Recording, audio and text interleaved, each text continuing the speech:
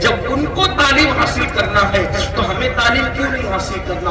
بچیوں کو پڑھاؤ, بچوں کو پڑھاؤ, تعلیم کو عام کرو. اور یاد رکھنا جو کمزور لوگ ہیں, غریب لوگ ہیں, ان کے بچوں کا بوجھ اپنے سر پہ لے لو تعلیم کا.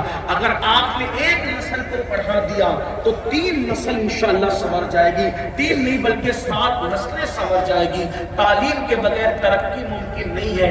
تعلیم کی طرف توجہ دو. اپنے بچوں کو IAS بناؤ, IPS بناؤ, انجینئر بناؤ, ڈاکٹر بناؤ, بہت بڑی بڑی ڈگریاں دلاؤ. لوگ کہتے ہیں مولانا نوکری نہیں ملتی, ہم کیوں پڑھائیں؟ میرے بھائی, ہم نوکری کے لیے بچوں کو نہیں پڑھاتے, ہم اچھا انسان بنانے کے لیے بچوں کو پڑھاتے ہیں. بچوں کی تعلیم پر توجہ دو اور شادیوں کی فضول خرچی بھی کم کرو, جلسوں کی فضول خرچی بھی کم کرو, ہر عید کی فضول خرچی بھی کم کرو. ساری فضول خرچیوں سے بچ کر اپنی دولت کا صحیح استعمال کرو اور تعلیم پہ خرچ کرو. انشاءاللہ آنے والا مستقبل اپنا ہوگا, اپنی قوم کا ہوگا. لوگوں پہ بوجھ مت بنو, لوگوں کی ضرورت بنو. اور جب تک علم حاصل نہیں کرو گے آپ اور ہم لوگوں کی ضرورت نہیں بن سکتے. آپ سے پوچھتا ہوں ایک بات مجھے بتانا, آپ سب نیچے بیٹھے ہو, یہ سب اوپر بیٹھے ہیں. جیسے تمہاری ناک ہے, تمہاری آنکھ ہے, تمہارا سر, ان کو کیوں اوپر بٹھا ہے؟ ان میں سے کوئی ہوگا جو آپ کا بھائی ہوگا, کوئی بھتیجا ہوگا, چچا ہوگا, ان کو اوپر کیوں بٹھایا؟ کیوں بٹھایا؟ ایک ہی بات ہے, ان کے پاس جو علم ہے وہ آپ کے پاس نہیں ہے نا, اسی لیے ان کو اوپر بٹھایا. یہی بات ہے نا, یہی ہے کہ نہیں ہے؟ اب آپ سے پوچھتا ہوں, جب دنیا میں علم اتنا اوپر لے جا رہا ہے تو آخرت میں علم کتنا اوپر لے جا رہا ہے؟ دنیا میں علم نے اتنی عزت دی تو آخرت میں علم کتنی عزت دے. اس لیے علم کی طرف آؤ تاکہ دنیا کے ہر انسان کے بازو سے بازو لگا کر کھڑے رہنے کی ہمارے اندر صلاحیت پیدا ہو. ہمارے بچے کسی سے پیچھے نہ رہے اور اس کے لیے کوشش آپ کو کرنی, ہم کو کرنی. چھوڑ دو یہ موبائل کا چکر, فیس بک اور یوٹیوب استعمال کرتے ہو ضرورت کے مطابق کرو. تم اس کو استعمال کرو, وہ تمہیں استعمال نہ کرے. اس لیے ہر چیز کی ایک لمٹ رکھو. ارے جب کھانے پینے میں لمٹ ہے, قرآن کہتا ہے کلو واشربو ولا تسرفوا. قرآن کیا کہتا ہے؟ کلو واشربو ولا, کھاؤ پیو حد سے مت بڑھو. جب کھانے پینے میں حد سے بڑھنے کے لیے منع کیا گیا ہے تو موبائل کا استعمال بھی ایک حد میں کرو. اس کو اپنے اوپر مسلط مت کرو, اس کے نشے میں مت ڈوب جاؤ. ہر چیز کی ایک حد ہوتی ہے, انتہا ہوتی ہے. بچے پڑھائی پہ دھیان دیں, ماں باپ پڑھانے پہ کوشش کریں. بلکہ ہمارے ماہرہ کے مرشدوں نے, ماہرہ کے سرکاروں نے نعرہ دیا کہ آدھی روٹی کھائیں گے, بچوں کو پڑھائیں گے. اگر آدھی روٹی کھانا پڑے تو آدھی روٹی کھاؤ, اپنے بچوں کو پڑھاؤ. میری ماں اور بہنوں سے بھی کہتا ہوں کہ تم ہمت کرو گی, چرخا کاٹنا پڑے چرخا کاٹو, کھیت میں کام کرنا پڑے کھیت میں کام, گھر میں کوئی دستی کام کرنا پڑے کرو, لیکن اپنے بچوں کو پڑھاؤ, آگے بڑھاؤ. اور ہر دنیا کی تعلیم سے پہلے اسے سچا عاشق رسول بناؤ, سچا مسلمان بناؤ. اس لیے کہ سب سے پہلے مسلمان بنانا ضروری ہے. اپنی بیٹیوں کی تربیت کرو, بیٹیوں کے ساتھ بیٹھ کے سیریل مت دیکھو. کہتے بیٹیا بھاگ گئی, کیوں بھاگ گئی؟ کیونکہ تو نے اپنے بازو میں بٹھا کر سیریل میں اس کو بھاگنے کے مناظر دکھائے, تب تو وہ بھاگی.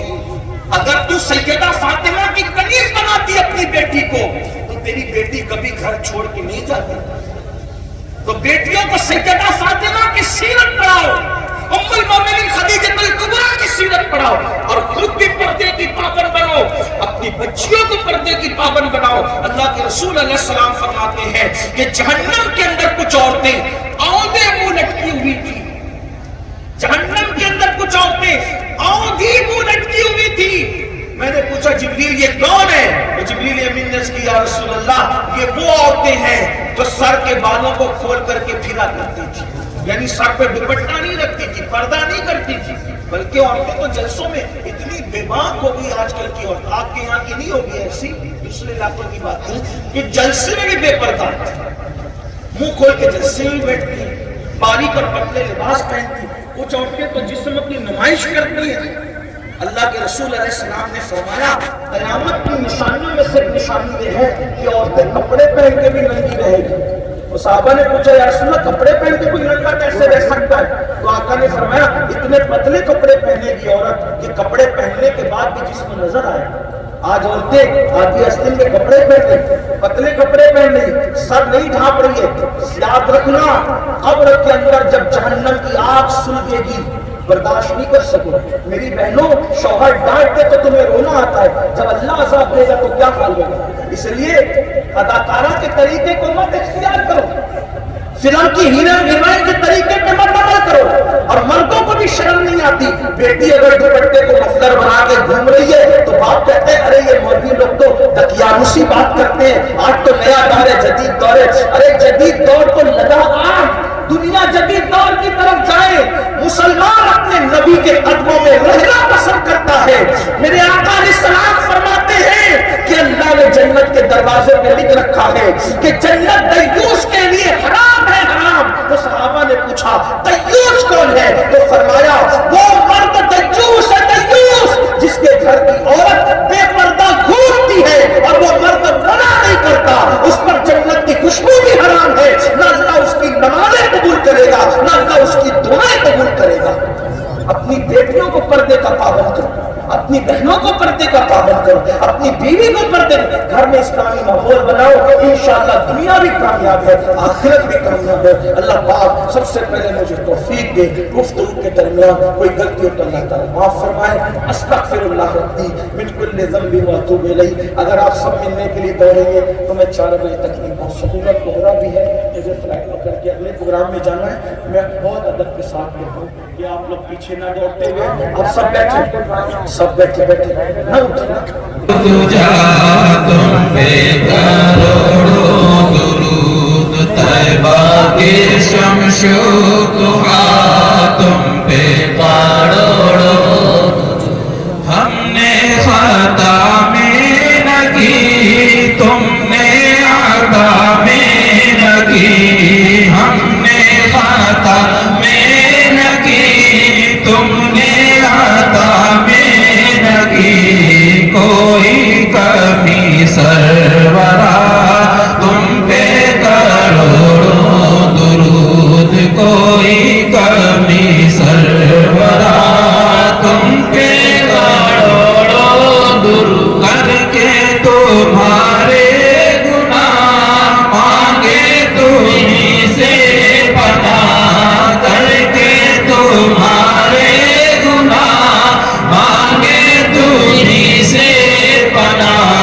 تم کو دامن میں آ، تم پہ کروڑوں درود. تم کو دامن میں آ، تم پہ کروڑوں درود. کام وہ لے لیجیے تم کو جو راضی کرے، کام وہ لے لیجیے تم کو جو راضی کرے. عام ہونا میں رضا، تم پہ کروڑوں درود. کعبے کے بدرو تجا، تم پہ کروڑوں درود. طیبہ کے شمس و ضحا، تم پہ کروڑوں درود. السلام علیکم.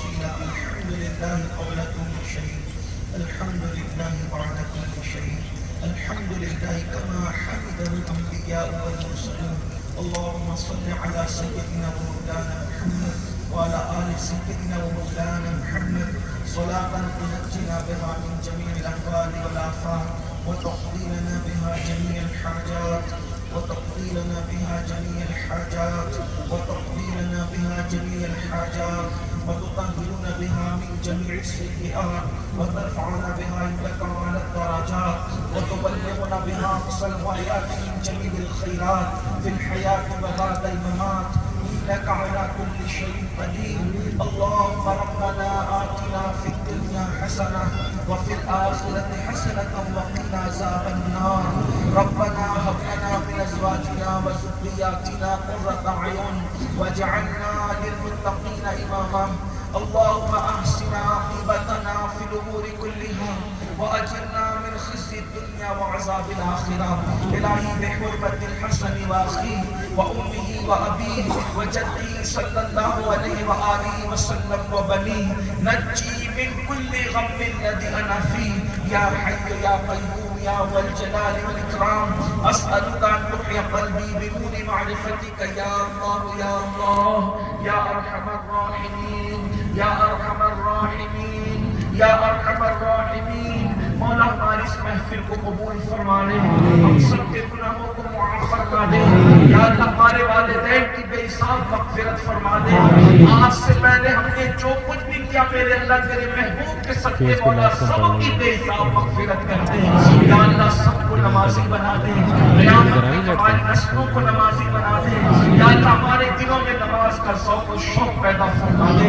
یا اللہ گناہوں سے نفرت عطا کر دے، بیٹیوں کی توفیق عطا کر دے. جن بچوں کو بچیوں کو اچھے رشتے دے، سب کے لیے اچھے رشتوں کا انتظام فرما دے. جو تنگ دست ہے غربت میں اللہ سب کی غربت اور تنگ دستی دور کر دے. یا اللہ جو بیمار میں شفا دے دے، جو مقدمات میں اللہ انہیں باعزت بری کر دے. یا اللہ جو سحر جادو بلا میں مبتلا انہیں شفا عطا فرما دے. بے اولادوں کو نیک اولاد عطا فرما دے.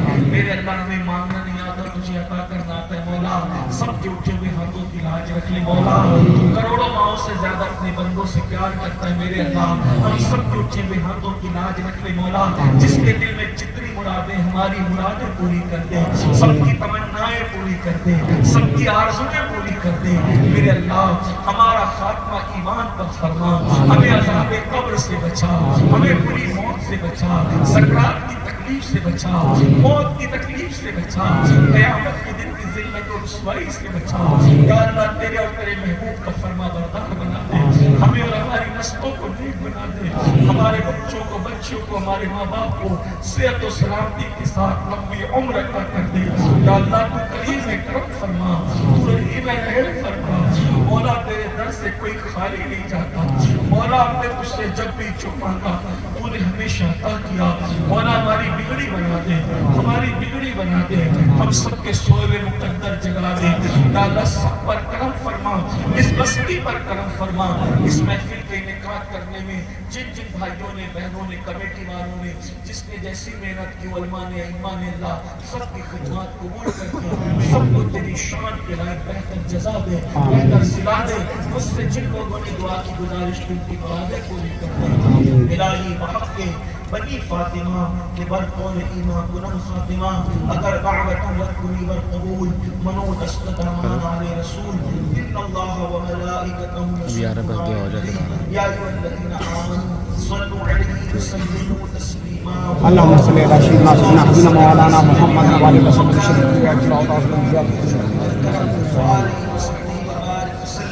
صلاة وسلام عليك يا جدنا الحسن والحسين.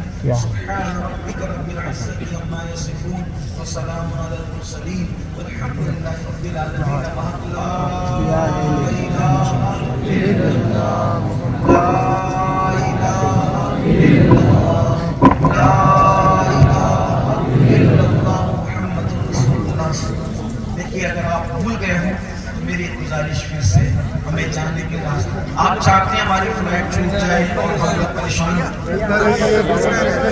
راستہ دے دو بھیا سارے لوگ.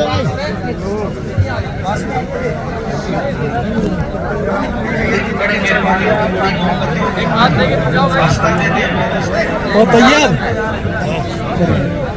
دیکھیے آج میرے جملے پر تقریر پہ کیسے آپ لوگ راستہ دیں. میرے کوئی کسی کو نہ کہے، سب لوگ راستہ دیں. کوئی نہ کہے کسی کو، سب راستہ دیں.